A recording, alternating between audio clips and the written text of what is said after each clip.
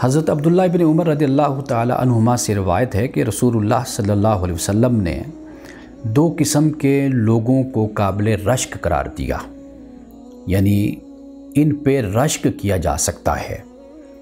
ایک وہ شخص ہے کہ جسے اللہ تعالیٰ نے قرآن کا علم دیا، وہ قرآن پڑھتا ہے، پڑھاتا ہے اور اس پر دن رات عمل کرتا ہے۔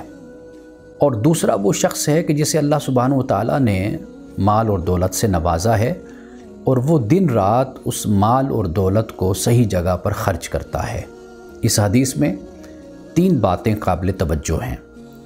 ایک بات تو یہ ہے کہ وہ شخص کے جسے اللہ سبحانہ و تعالیٰ نے علم دیا، وہ علم کو اپنے تک روکتا نہیں ہے، یعنی وہ دوسروں تک پہنچاتا ہے۔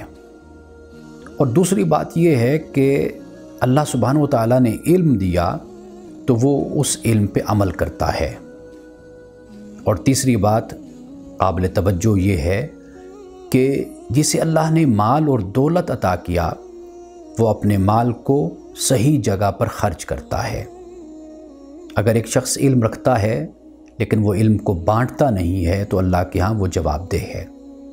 اور اسی طرح اگر ایک شخص کے پاس علم ہے، وہ علم کے مطابق زندگی بسر نہیں کر رہا، یعنی اس پہ عمل نہیں کر رہا، تو وہ پھر بھی اللہ کی بارگاہ میں جواب دہ ہوگا۔ اسی طرح وہ شخص کے جسے اللہ نے مال اور دولت عطا کیا اور وہ مال کو صحیح جگہ پر خرچ نہیں کر رہا، تو کل قیامت کے دن وہ اس مال کے بارے میں اللہ کی بارگاہ میں جواب دہ ہوگا۔ اس لیے جو نعمت بھی اللہ تعالیٰ عطا کرتا ہے تو اس کا استعمال، اس کا خرچ کرنا اللہ کی مرضی اور منشا کے مطابق ہونا چاہیے۔